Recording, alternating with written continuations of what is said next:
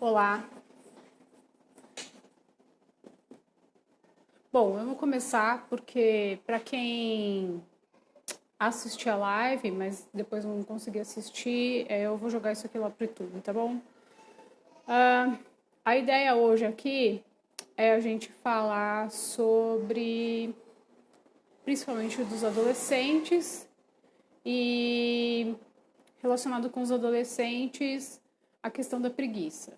Mas isso também se aplica a nós, né? Então, acho que acaba valendo para todo mundo e até para as crianças pequenas, certo? Isso tudo relacionado à literatura, tá? Eu estou fazendo esse módulo agora com relação à leitura dos clássicos.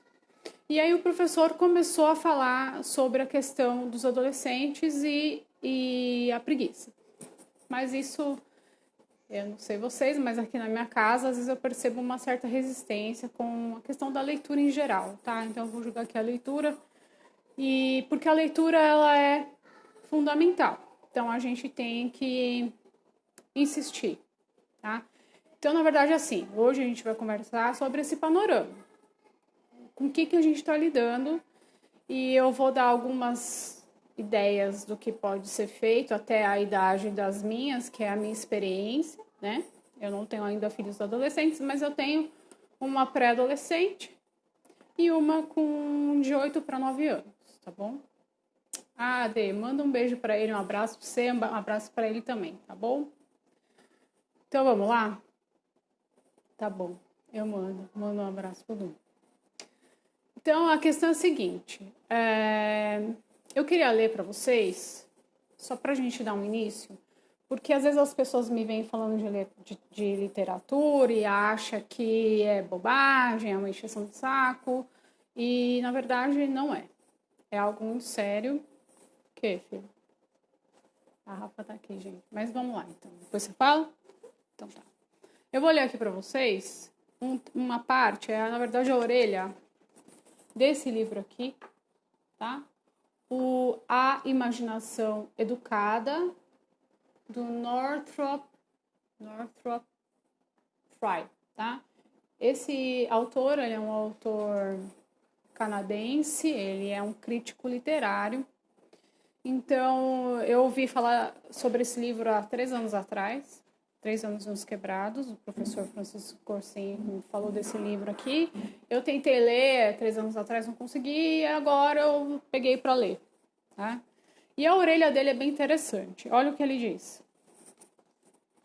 É muito comum pensar no estudo da literatura, ou mesmo no estudo de uma língua, como uma espécie de métier elegante, uma questão de ser bom em gramática ou de manter as leituras em dia. Estou tentando mostrar que o assunto é um pouco mais sério que isso. Não vejo separação possível entre o estudo da língua ou da literatura e a questão da liberdade de expressão. Olha como é sério isso.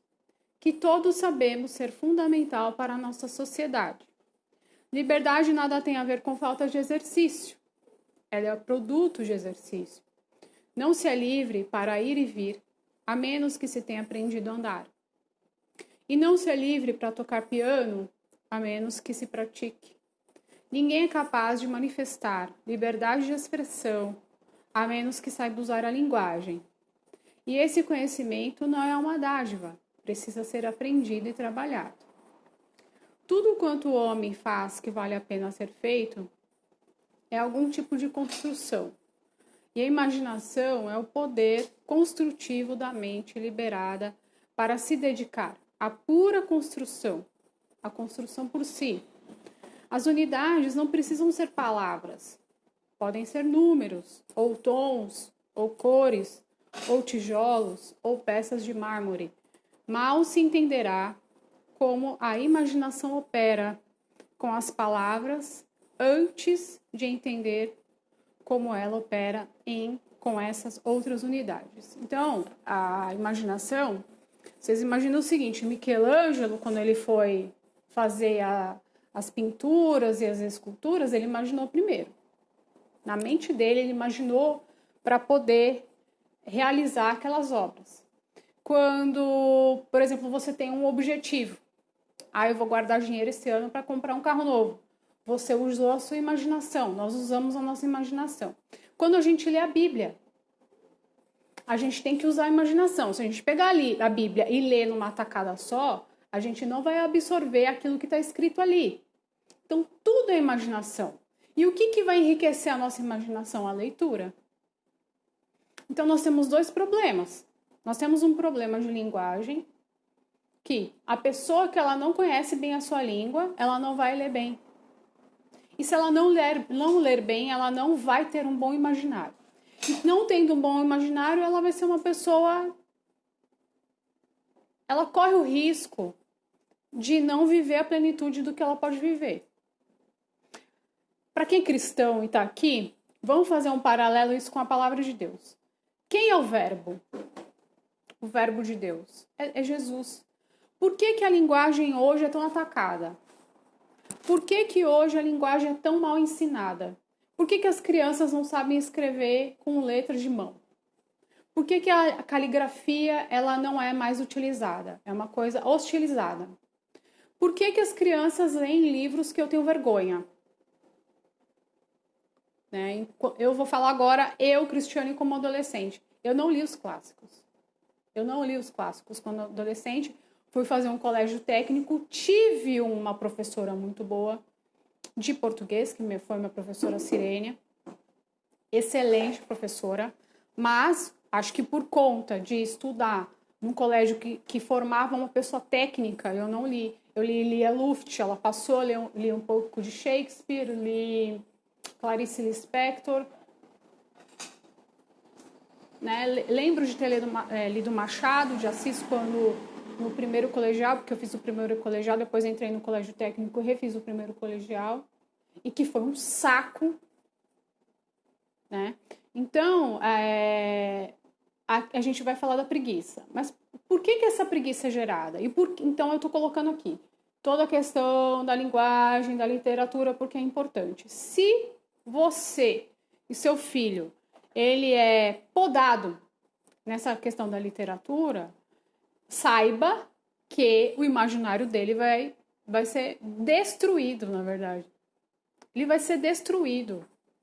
O imaginário de uma criança, de um jovem que não lê literatura e que não conhece a linguagem, não sabe bem lidar com a sua língua-mãe.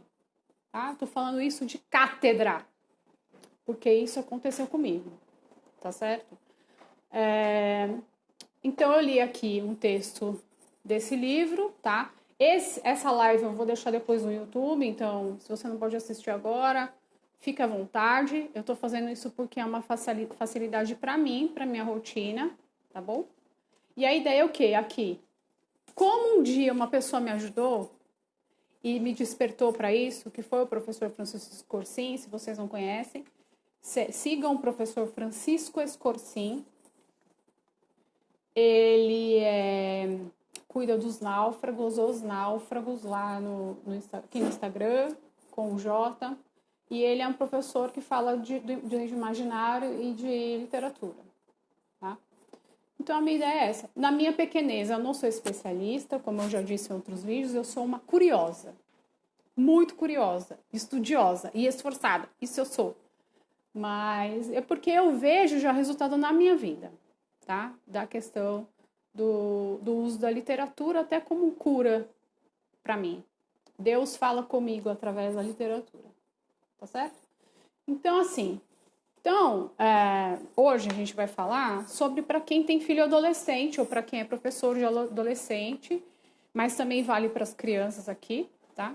Eu vou falar da minha experiência, assim, em casa. Eu tenho duas grandes leitoras, graças a Deus. Nem sempre foi assim.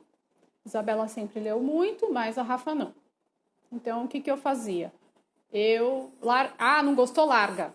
Eu não ficava insistindo com a literatura que ela não gostava, mas eu continuava ofertando.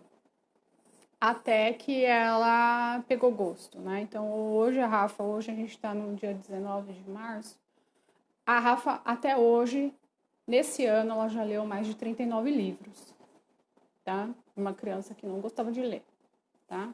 São gostos diferentes, são pessoas diferentes, né? A Isabela já lê, mas a Isabela também é mais velha.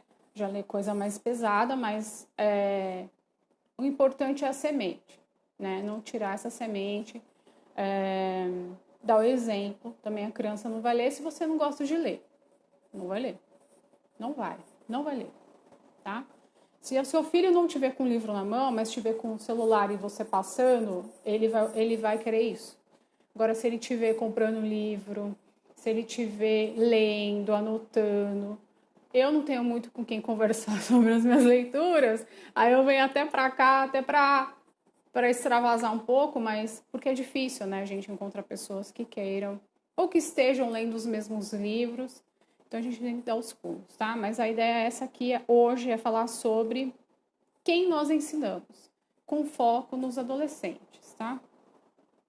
Os adolescentes não são adultos. Então eles têm tentações particulares para a idade deles, certo? É uma audiência diferente. Então eu vejo assim, a gente tem que estar muito mais preparado para dar aula para um adolescente, porque eles já estão naquela fase meio da rebeldia, eles já têm a opinião deles, né? Então, o professor ou a mãe, o pai, tem que estar bem preparado e com a bagagem boa para poder atrair esse jovem. Mas é possível, tá? Hoje eu não vou dar muita ferramenta, porque eu não vi. Na verdade, hoje a gente vai mapear quem que é o adolescente e quais os pecados que atacam mais esse público, tá bom? Na hora do aprendizado, a gente vai falar basicamente de literatura, mas isso aqui vale para qualquer tipo de disciplina, tá? Então, o adulto, perseguir uma virtude, um adulto, é diferente do que um adolescente perseguir a mesma virtude. Tá? O adolescente não tem maturidade, muitas vezes o adolescente não entende a importância daquilo. Eu me lembro eu, adolescente, depois eu vou fazer um descritivo para vocês de como que a gente vê o adolescente. Eu me vi adolescente com essas mesmas atitudes de preguiça, de abatimento, de não ter assim um verdadeiro interesse por aquilo, tá? Eu estou aqui com a minha cola, então tenha paciência, tá bom? Então, a gente tem que meio que fazer como o Paulo disse, né? Se tornar fraco para conquistar o fraco. E então a gente tem que meio que conquistar esse adolescente meio que se colocando na posição dele. Isso não quer dizer também que você vai se vestir como ele ou você vai ter o mesmo linguajar que ele. Eu acho que isso não é necessário. Espera só um pouquinho. Fala, filha. Tá, eu já vou te acudir, tá bom? Não vai demorar aqui, tá, gente? Vou procurar fazer um negócio rápido. Então, a tentação dos adolescentes, basicamente, é que eles detestam acreditar que cultivar uma vida virtuosa, uma alma virtuosa é necessário ou possível. Eles não gostam muito de pensar nisso, certo? Eles descrevem as virtudes como algo que você consegue por osmose. Você não precisa fazer força, você não precisa ter uma intenção, é aleatório. Um dia eu vou acordar com vontade de estudar, um dia eu vou acordar com vontade de ler. É isso que passa na cabeça deles, tá? Então, eles não acham que isso é verdadeiramente necessário. E eu vejo na minha prática diária aqui em casa, com as meninas e comigo mesma, a questão não é a leitura, a questão não é a disciplina, a questão não é a matéria, a questão são os vícios e as virtudes. A nossa raiz adâmica lutando o tempo todo em mostrar isso é bom, isso é ruim, e eu vou gastar o meu tempo com isso ou não vou. A luta é essa. Para quem tem negócio aqui, para quem tem empresa, fazendo essa análise, né? É muito melhor você contratar uma pessoa que ela é esforçada, que ela tem iniciativa, que ela é honesta, mas às vezes ela não tem uma boa formação técnica, mas ela tem essas características virtuosas. Do que você contratar uma pessoa altamente técnica, uma pessoa muito boa tecnicamente, mas que é uma pessoa que não tem caráter, uma pessoa que não é virtuosa, uma pessoa que ela não... Quem que você contrata? Com certeza você vai procurar contratar a pessoa que tem virtudes. Então a grande questão, o X da questão, para quem é mãe, para quem é pai, para quem é um educador, é vícios e virtudes. Se aprendeu, é importante aprender bem o português? Claro que é. É importante aprender bem a literatura, a matemática, a ciência, sim. Mas a questão toda é a virtude e o vício. Porque o resto a gente corre atrás. Agora, a virtude e o vício, a gente tem que matar ele. Todo dia. Todo dia. No livro do C.S. Lewis, Abolição do Homem, eu li esse livro. Vou confessar, não foi um livro muito fácil de se ler, é um livro difícil. Mas ele diz assim, vou tentar aqui traduzir para vocês, eu acabei não escrevendo, mas vamos lá. Ele diz assim,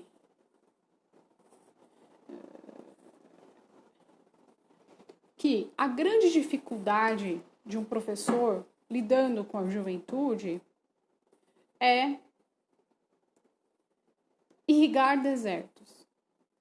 Coração deserto, aquele coração apático, aquele coração que não quer nada, aquele coração que não imagina, aquele coração que não pensa, aquele coração que, tá, vou pra lá, tá. A grande batalha é essa, de irrigar esse deserto e transformar esse deserto numa terra que vai dar fruto. E eu vejo isso, gente, essa é a nossa grande batalha. Internamente, falando como mãe adulta, né? Mas com as crianças, com os jovens, eu acho que vai ser uma batalha até o fim. Tá?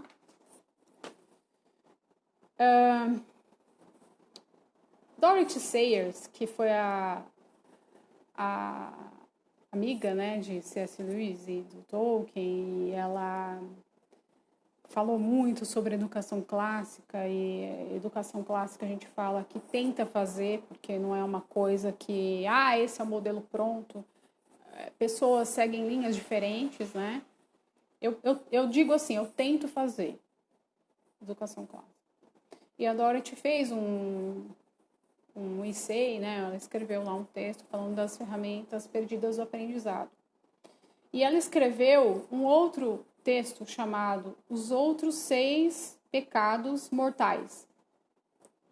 É um livro, tá? Eu tentei, até escrevi isso ontem lá nos meus stories, eu tentei comprar, mas não tem o Kindle, que o meu Kindle é o daqui do Brasil, só tem no Kindle americano, e o físico tava £500 esse livro. Então, acho que agora não vai dar para comprar, né?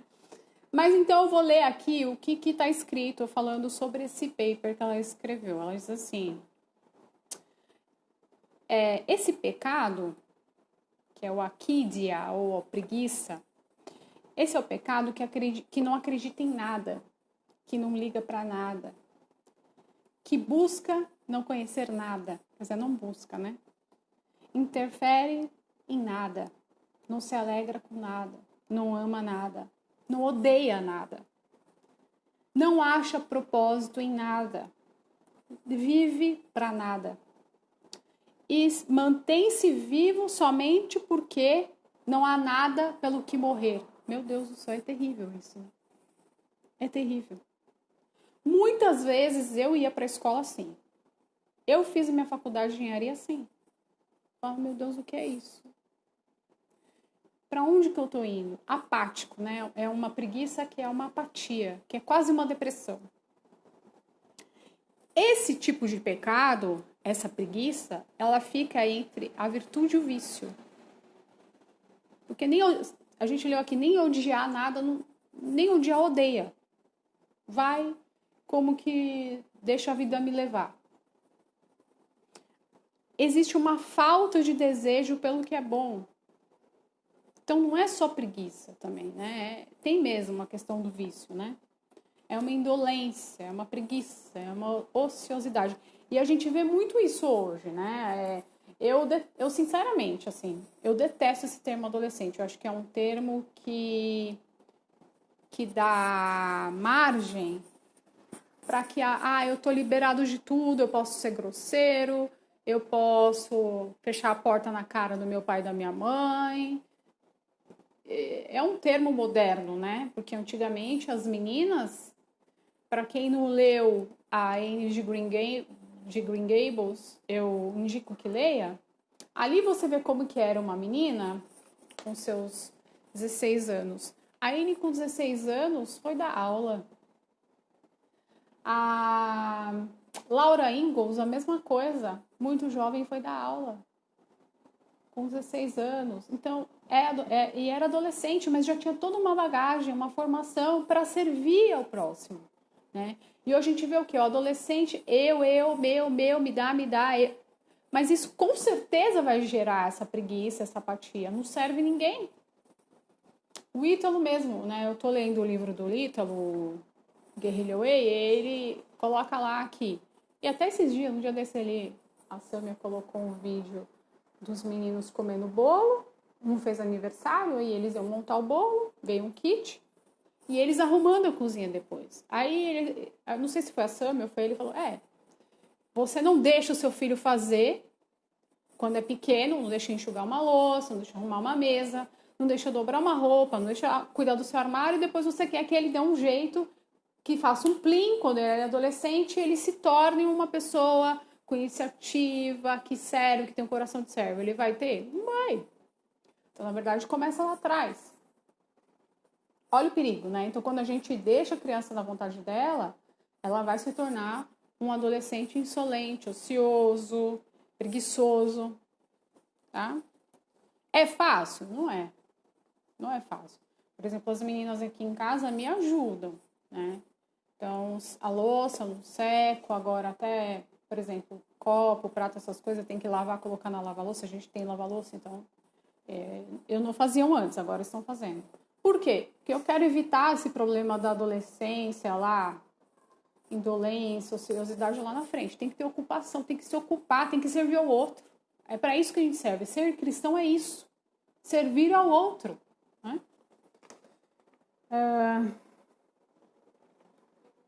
Deixa eu ver aqui. Então é bem terrível esse negócio que a Sayers fala. Basicamente é o eu não ligo. Eu vou ler. Eu não sei na época de vocês, mas na minha época lia-se resumo dos outros, dos livros. Me conta rapidinho aí o que o livro tá falando. Eu vi muito isso. E a gente tem, então, que entendendo já esse pecado que é mais corriqueiro nos adolescentes, procurar combater e ensinar a importância de se combater isso, né? De exercitar, fazer o movimento contrário. Eu tô com preguiça agora, não. E isso também parte muito de nós, né? Como educadores, como pais e mães. Se as crianças nos veem tendo uma atitude de preguiça, eles vão replicar isso. Né? Da mesma forma que eu falei, se o seu filho não te ver com o livro na mão, ele não vai querer ler. Não vai. Se o seu filho não vê você gastando, investindo dinheiro em educação, ele não vai querer. Isso começa de criança. Né? Ontem, a Isabela virou para mim e perguntou assim, mãe, o que você gostaria? Mas assim, mãe, uma coisa assim que você gostaria muito. E, assim, humanamente falando, materialmente falando, eu não tenho desejos mais. Não tenho. Tudo que eu preciso, eu tenho. E às vezes até recebo uns presentinhos de Deus aí. Mas meu grande desejo é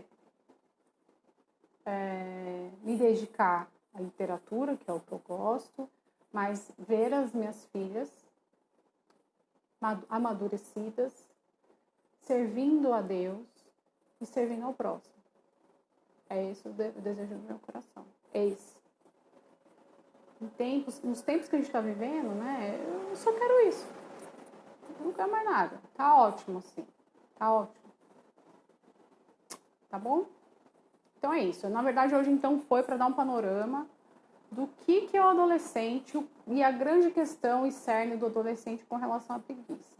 Isso é normal, é da fase, a gente sabe. Eles gostam de acordar mais tarde, eles têm mais sono, eles são mais cansados. Mas isso também não pode ser desculpa, nós como pais, para deixar fazer o que quiser, quando quiser, na hora que quiser. Tem que ter ordem, rotina. Aqui em casa, por exemplo, como eu falei, a Isa é pré-adolescente, né? Ela tá lendo o Conde de Monte Cristo. Tá demorando, porque é uma lapa dessa grossura o livro. Mas tá indo. Tá demorando, mas caminhando. Ela tá mais da metade já. Começou ali, acho que mês passado. E então, enquanto eu não terminar, continua. Lê um pouquinho, às vezes cansa. Mas todo dia faz parte da rotina dela. Você tem que ler. Tem que ler. A Rafa também tá lendo. Eu nem sei qual. Ah, a Rafa tá lendo daquela série que passou na Netflix do. Ai, meu Deus, esqueci. Mas é uma série que passou lá. Tá bom? Alguém tem uma pergunta com relação à literatura que eu possa ajudar? Eu nem sei quanto tempo passou. Eu vou jogar esse vídeo lá no YouTube, então depois se vocês tiverem interesse. Aí assim, a próxima aula eu acho que é como combater essa questão da preguiça nos adolescentes, tá? Aí a gente vai entrar nisso. Eu entendo que é muito pelo exemplo que a gente tem que dar e colocar na mão de Deus mesmo, porque... E assim, com relação especificamente aos livros, não desistir. Não pode desistir. Ah, meu filho não gosta de ler. Tá, mas às vezes ele não gosta de ler isso que você deu.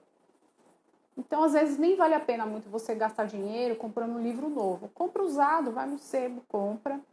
Oferta. E assim, aqui na minha casa é inegociável. Todo dia tem que ler.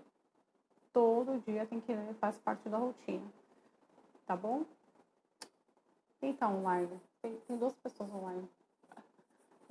Adelaide e a Lu. Oi, Lu! Tudo bem? A Lu é leitorona também, eu sei, porque às vezes eu acompanho lá, ela coloca as capas dos livros. E a netinha dela também lê bastante, que eu já vi. Isso você permite que a criança tenha um imaginário forte. Quando eu comecei a melhorar meu imaginário com a literatura, eu percebi que até meu conhecimento de Bíblia começou a melhorar. Porque eu imaginava aquelas cenas, né? As descrições dos evangelhos. Isso melhorou demais, né? Com Deus. Melhorou. Ah, gente, melhorou em tudo. Melhora em tudo mesmo. Então é isso. Alguém quer perguntar alguma coisa? Alguém quer perguntar? Não? Bom, então é isso. Continuem as leituras. Eu estou terminando Madame Bovary. Eu já li Madame Bovary o ano passado, um ano atrás. Agora eu estou relendo, fazendo análise. Depois eu vou fazer o análise do livro.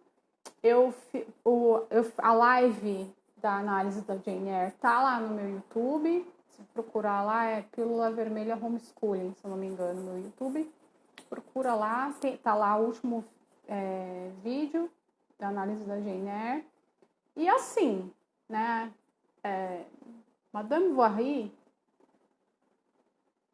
falou mais comigo do que muito culto para mulheres. Muito, muito mesmo. Ai, que bom, né? Graças a Deus. É porque a Dani sempre comprou livrinho para eles, né, Adelaide? Eu me lembro disso. Ela comprava muito livrinho. Eu lembro que ela comprava aqueles livrinhos de banho para ela. Ó, ela era bebê, né? A Isabela, mesma coisa. Eu não tinha consciência ainda, mas minha mãe comprava bastante livrinho para ela. Então, ela pegava os livrinhos e rasgava, não durava muito. Mas isso deu um... Eu me lembro dela com 5 anos, com o gibi, olha lá. Não adianta, é o investimento. Quando a criança percebe que você está ali pesquisando, que livro que eu vou comprar esse mês, o que você vai ler, eles se sentem valorizados, né? Às vezes não funciona, às vezes é um livro que a criança não quer ler. Mas, não quer, larga. Pelo amor de Deus, não pode insistir. Mas essa coisa de perceber que isso é importante, fica gravado lá. E eu me lembro da Isabela com 5 anos, eu estava na escada de casa, eu ouvindo ela ler um gibi pela primeira vez e rindo. Foi muito legal, eu chorei. Porque eu falei, ó, ela tá lendo. E foi muito bom. Muito bom. E eu vejo, assim, o quanto que isso ajuda no vocabulário dela, quanto ela fala bem, ela é bem articulada para falar. A Rafa também escrevem bem, porque leem bem. Então, às vezes a gente acha, vai ter que estudar gramática. É muito chato estudar gramática no solto, assim. E quando a gente lê um bom livro, principalmente os clássicos, a gente tem uma estrutura bem feita do que é a gramática, do que é a língua culta. Então, isso vai acentuação, conjugação verbal. A Rafa é bem jovem já, mas ela já percebe quando tem um erro de português. Porque lê. São pessoas diferentes, estilos diferentes de leitura, mas estamos caminhando. Tá bom? E a gente tem que entender o seguinte: nós somos bombardeados na linguagem, porque a linguagem é algo importante. Deus fez o mundo usando a linguagem. Então, isso já tem que dar um alerta. A linguagem é algo muito importante. O diabo, ele quer a sociedade, né? Eles querem destruir a linguagem. Porque se houver a linguagem, a coisa destruída da linguagem, qualquer verdade que vem é verdade. E não é assim. História, português, matemática, são coisas exatas. Um substantivo é um substantivo, um adjetivo é um adjetivo, um predicado é um predicado. Se eu não souber bem isso, qualquer coisa que vier, não, o substantivo não é mais isso não, viu? O substantivo agora é um verbo. Se a pessoa não sabe, ela vai acreditar. E aí é muito fácil manipular. Entende? Até a Bíblia, né? Se a gente não tem uma linguagem forte, qualquer coisa que dizem pra mim que é aquilo, eu vou acreditar. Então é muito sério. Não é brincadeira. Por isso que a linguagem, principalmente no nosso país, foi muito atacada. E nós temos que fazer um movimento contrário. Como? Eu vou comprar uma gramática, vou estudar gramática. Não, se você é um adulto, comece a ler os clássicos. Eu pus a minha listinha aí desse ano que eu vou ler. Eu já li Jane Eyre, estou lendo Madame Bovary. O próximo que eu vou ler é Orgulho e Preconceito, da Jane Austen, que é uma delícia. É um livro bem de mulherzinha, recomendo.